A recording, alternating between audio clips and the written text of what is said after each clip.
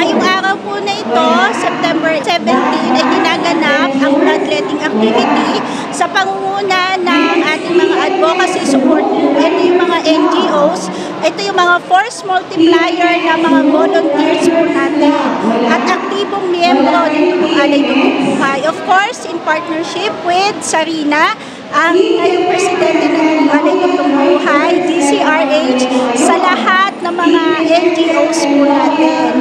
So ngayong araw na to, iba't iba't mga nasa 28, 29 na NGO groups ang nagsama-sama, mga riders, ACRO, volunteers, force multiplier, nagsama-sama sa isang adhikain na makapagbigay at makapag-donate ng dugo at makapagtutong buhay sa mga nangangailangan dito sa Pasig. Actually, kami naman ay mga regular members ng Dugong Alay Dugtong Buhay. As long as monthly, nagkukunta kami ng mga bloodletting activity.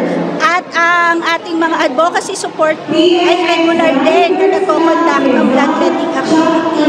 Ito ay isang volunteerism na naging adhikain na po ng lahat ng miyembro ng advocacy group. Ang mga qualified, basta 18 years old and above, normal ang iyong hemoglobin, hindi ka puyat, syempre bawal ang uminom a day before, at least 1 year na ang pinakahuling tattoo mo.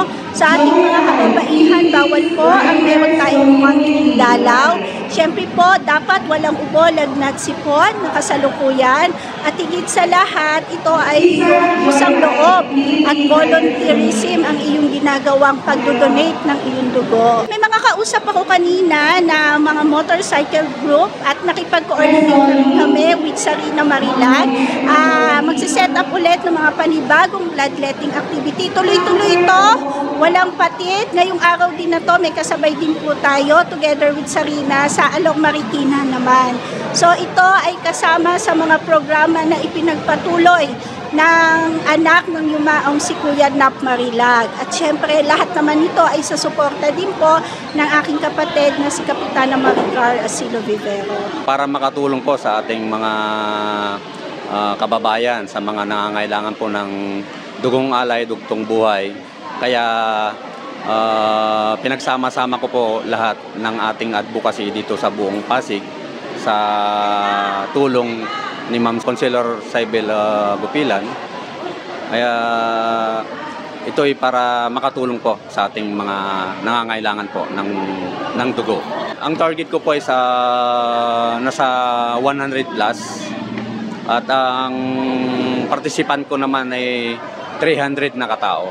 Ang katuwang po natin dito sa aktibidad na to ay pinangungunahan po ni Conselor Saibel Gupilan at kay Ma'am Sarina sa Dugong Alay Dugtong Buhay, kay Ma'am Kapitana Maricar Asilo at kay Ma'am Rachel sa PNP, Police Captain Rachel Guevara, at sa lahat po na pinagsama-sama po ng ating advocacy support group ng lahat ng mga pamumuno sa iba't ibang mga grupo po dito sa buong Pasig. Mahalaga po ang bloodletting na ito dahil sa dami pong nangangailangan po ng dugo na dito sa ating mga kababayan.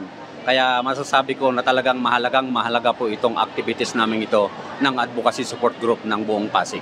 28 groups po yung nandito. Nandito po yung MCAPS, Prime Ladies, Asilo Ram Riders, CACG, PHMI, RSAT, The Eagle Force, MRCI, CCW, Parts FII May Bunga, Parts FII NHQ Defenders, OPIAC, Philippine Community Riders Group Incorporation, Parts FII Pinagbuhatan, Parts FII Kinit, FCCW, STF Manggahan, NSG Police Hotline.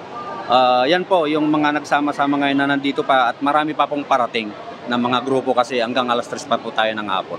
Nagpapasalamat po ako sa suporta po ni Conselor Saibel Gupilan at Kapitana Maricar Asilo at sa ating mga kapulisan at sa buong anay po ng advocacy support group. Maraming salamat po sa full support po na ibinigay po nila sa activities na ito na Dugong Alay Dugtong Buhay.